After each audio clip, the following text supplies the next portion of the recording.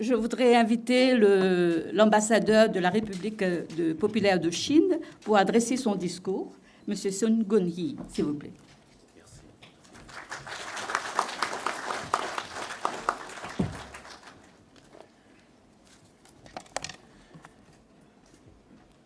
Honorable Monsieur le ministre des Affaires étrangères, Monsieur Lucemina Redou, Excellence Madame ambassadrice Houcha, secrétaire permanent aux Affaires étrangères, Honorable Monsieur le ministre Alain, respecté Monsieur Jory, Vice-Chancellor de l'Université de Maurice, distingués invités, Mesdames et Messieurs, chers amis, bonjour à tous. Soyez les bienvenus au séminaire thématique « Le rôle de Maurice relié à la Chine et l'Afrique » organisé en collaboration par l'ambassade de Chine et l'Université de Maurice. Tout d'abord, je tiens à remercier Monsieur le Vice-Chancellor et son équipe qui ont beaucoup travaillé pour l'organisation de cet événement. Nous nous trouvons aujourd'hui au nouvel auditorium de l'Université de Maurice pour un séminaire animé par Monsieur le Vice-Chancellor avec 2 professeurs comme modérateurs de la table ronde. Il s'agit donc aujourd'hui d'un cours ouvert à tous. Je suis ambassadeur, mais aujourd'hui, je suis également un élève et c'est pour moi un grand plaisir d'assister à ce cours. Je tiens à remercier spécialement Honorable Monsieur le ministre des Affaires étrangères, mon grand ami, qui, malgré son emploi du temps très chargé, a tenu à être présent à ce séminaire. Cela confirme encore une fois, Honorable Monsieur le ministre, votre intérêt, votre enthousiasme pour le développement de l'amitié entre la Chine et Maurice. Merci encore une fois, Monsieur le ministre. Mesdames et Messieurs, cette année, l'année 2018, est une année historique pour les relations entre la Chine et Maurice. En juillet dernier, le président chinois Xi Jinping a effectué une visite amicale à Maurice. Et en septembre dernier, le Premier ministre Pravind Jugnauth s'est rendu en Chine à Beijing pour le sommet du Forum sur la coopération sino-africaine. Lors de ces visites croisées, les 2 dirigeants sont parvenus à d'importants consensus concernant le développement futur des relations bilatérales entre nos 2 pays. Mesdames et Messieurs, lors du sommet de Beijing, le président Xi Jinping a présenté les 8 initiatives majeures pour la coopération Chine-Afrique, l'un des éléments les plus importants de ce sommet. Ces initiatives ont été conçues sur mesure pour les pays africains et représentent l'aboutissement des consultations communes entre la Chine et les différents pays. Leurs principes et leurs objectifs sont en cohérence avec ceux de l'initiative Belt and Road. Quoi que ce soit par la voie de la coopération bilatérale avec la Chine, de la coopération multilatérale dans le cadre du FOCAC ou de la coopération tripartite, Maurice possède le potentiel et les atouts pour jouer un rôle actif dans le cadre des 8 initiatives majeures. Afin de favoriser la mise en œuvre effective de ces initiatives, la Chine est prête à fournir un soutien de 60 milliards de dollars américains à l'Afrique sous diverses formes. Cela inclut au total 15 milliards de dollars d'aide sans contrepartie, de prêts sans intérêt et de crédits potentiels. Ici, je voudrais vous résumer brièvement ces initiatives. La première concerne la promotion industrielle. La Chine encouragera les entreprises chinoises à augmenter leurs investissements en Afrique en construisant et en modernisant des zones de coopération économique et commerciale en Afrique, tout en soutenant les efforts africains pour atteindre la sécurité alimentaire. afin de mettre en manœuvre cette initiative de façon concrète, il y a 2 jours, il y a une délégation chinoise composée de commerçants et d'investisseurs du secteur privé a effectué une visite à Maurice. La délégation a été chaleureusement accueillie par la partie mauricienne et les 2 parties ont échangé leur point de vue sur les opportunités de coopération dans les secteurs de la manufacture et de logistique. Et la semaine prochaine, il y en aura une autre délégation dirigée par un vice-ministre de l'Agriculture, viendra aussi à Maurice afin de discuter de la coopération dans le domaine agricole entre nos 2 pays. La deuxième initiative concerne l'interconnexion des infrastructures. La Chine soutiendra les entreprises chinoises qui participeront à la construction d'infrastructures en Afrique sous diverses formes, comme par exemple à travers des projets d'investissement, construction et exploitation intégrés. Actuellement, le gouvernement mauricien travaille énergiquement au développement des infrastructures du pays. Ainsi, les 2 parties ont de vastes espaces de coopération dans les domaines des transports, de la communication informatique, des activités portuaires et de l'aviation civile. Concernant la question de la construction des infrastructures, je voudrais dire quelques mots de plus ici, parce que certains membres de la communauté internationale voient l'aide au développement des infrastructures apportées par la Chine aux pays africains comme un piège à l'endettement. D'après moi, ce n'est pas pertinent de leur part, parce que tout le monde s'accorde à voir que l'amélioration des infrastructures est une condition de base pour le développement économique et qu'il est nécessaire d'avoir des fonds pour les construire.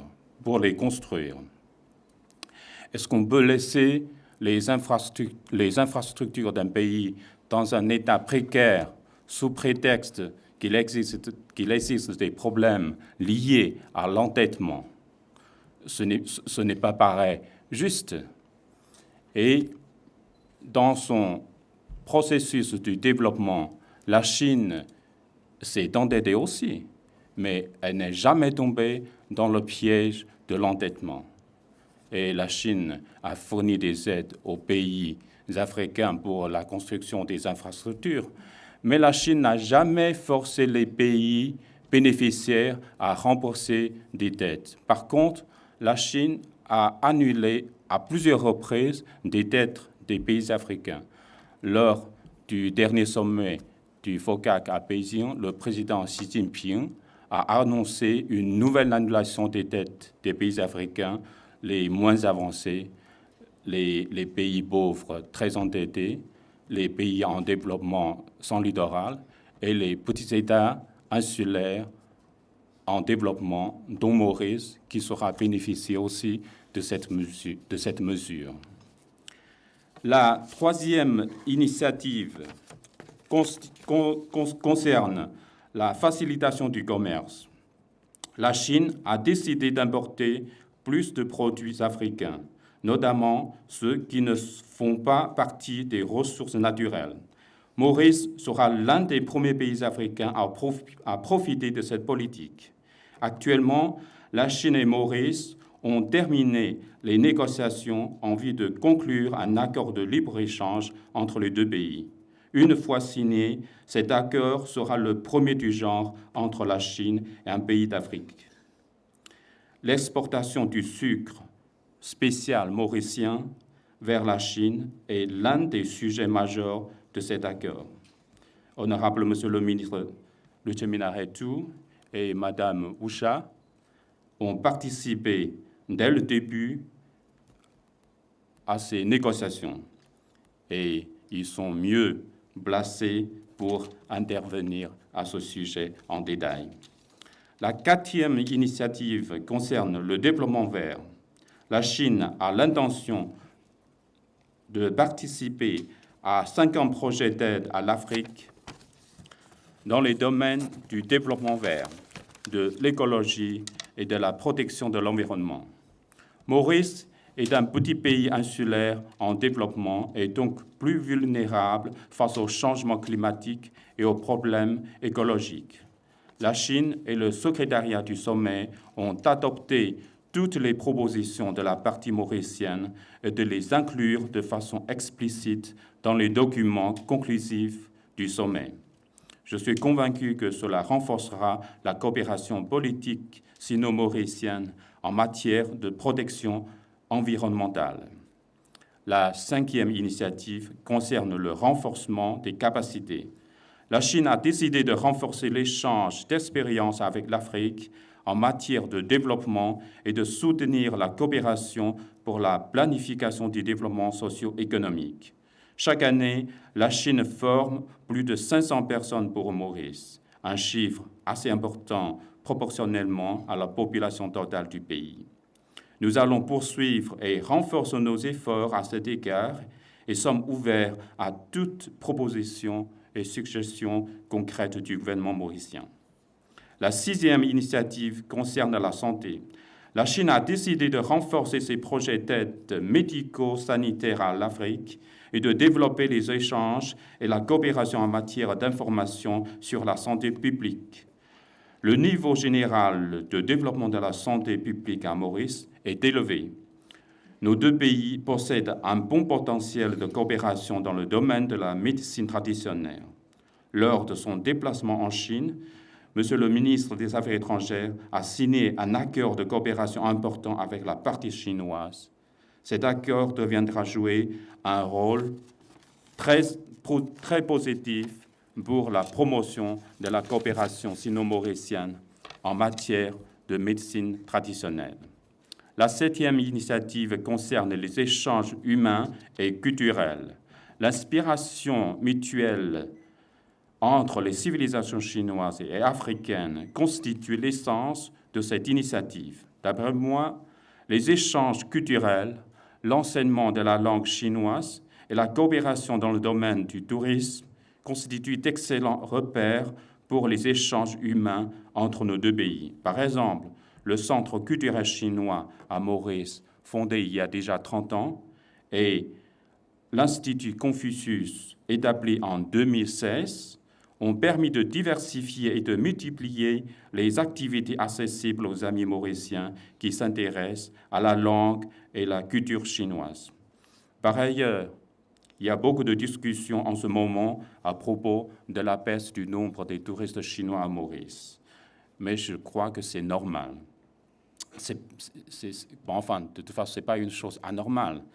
Et à mon avis, cette fluctuation du nombre de touristes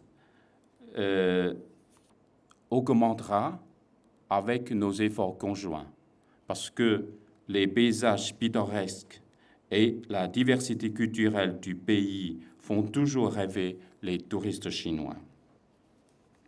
La 8e initiative concerne la paix et la sécurité. La paix et le développement sont toujours les deux thèmes majeurs du monde aujourd'hui. Bien consciente du fait que le développement ne sera possible que lorsque les foyers de tension et de conflits seront complètement éliminés. La Chine, en tant que grand pays en développement, se voit confier la responsabilité d'aider les pays africains à assurer la paix et la sécurité. De ce point de vue, Maurice, qui est depuis toujours fier de sa diversité ethno-religieuse et du vivre ensemble harmonieux des différentes communautés du pays, a offert un excellent exemple pour les autres pays africains en termes de stabilité politique et sociale.